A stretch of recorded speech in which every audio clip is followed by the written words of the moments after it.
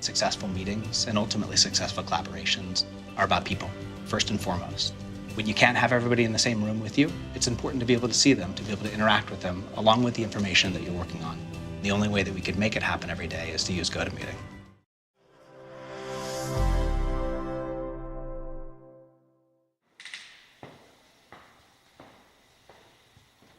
I'm Michael Parrish Dudell, entrepreneur, speaker, and best-selling author of Shark Tank Jumpstart Your Business.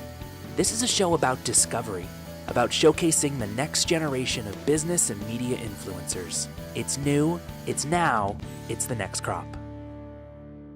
Hi everyone, welcome back to The Next Crop. You're watching 5 Minutes More with Sam Cervantes, the CEO and founder of Solidoodle. Sam, thanks so much for being here. Thanks for having me, Michael. Yeah, absolutely. So Sam, you've created this great company, you've taken no outside funding.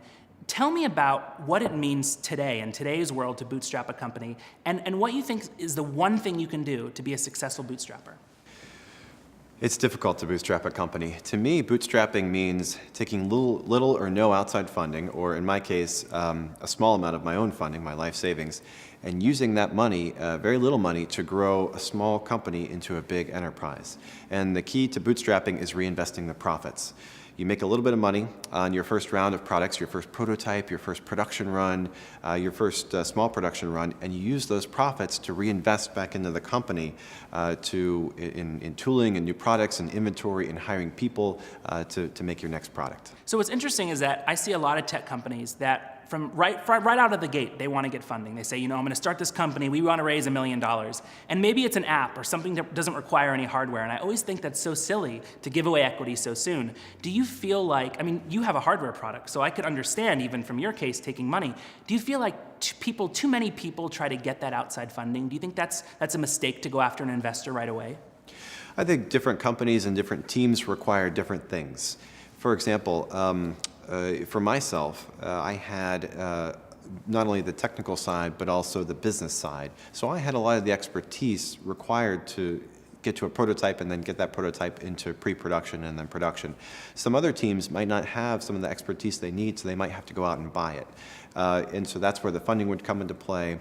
It's definitely easier in some respects to have the funding and to be able to hire the people and do everything right from the get-go. But in some other ways, bootstrapping forces you to be disciplined with your capital. Bootstrapping forces fiscal discipline.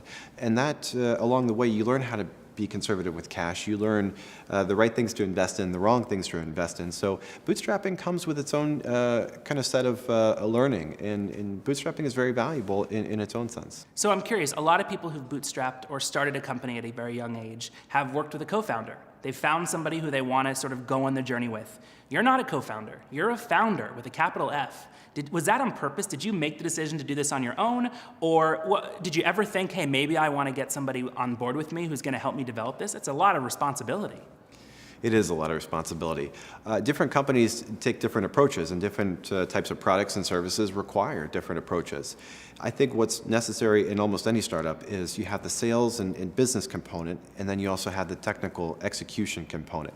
And those may or may not be present in the same person. For me, I have a background in engineering. I was an aerospace engineer with GE for a little while, also an electrical engineer, and a full-stack web developer. So I've got the hard technical skills. But I've also got the business side. I have a master's degree in business, and I've worked as a COO in other startups before. So I take both of those sides of the coin and combine them together into one founder. Not everybody wants to do that, or not everybody can do that. So if you can do it, it's an interesting combination. I've seen conflicts in a lot of founders. We don't have to read very far in business startup literature to find stories of founders that have fallen apart and gone their separate ways. When you have those two skill sets in the same person, you're forced to resolve those conflicts internally. And so that creates a very powerful learning curve and a very powerful experience base. So there's a lot of value, I think, to combining those two skill sets, the left brain and the right brain, if you will, into the same founder. But I'm not so sure that would work in every particular circumstance. So it was the right move for you at the time? Absolutely. But I think each startup is highly contextual and highly specific, so it's difficult to generalize any one modus operandi beyond saying that every startup needs the business and the sales side and also the technical side. Yeah. Now, is there one mistake that you see founders who are launching a startup company, maybe that are bootstrapping, that they're making? Do you see something from being able now to sort of understand the process of what it means to bootstrap a company? Is there something people should try to avoid? As a founder, you're going to make mistakes. We all make mistakes. Making mistakes is part of the learning process. We need to make mistakes. We need to learn from those, incorporate that into our experience base, and move onward. And making mistakes is an integral part of the process. I've made hundreds of mistakes, thousands, but I learned from those. The old saying is, once a fool, twice a chump. You're going to make that mistake the first time, but let's learn from it, let's fix it, and let's move on. That was a really great answer, and thank you so much for the additional 5 minutes. Again, this has been Sam Cervantes from Solidoodle. You can find them at solidoodle.com or on Twitter at Solidoodle3D. Of course, all of that information is available on the site, thenextcrop.com. Thanks so much for watching. Have a great week.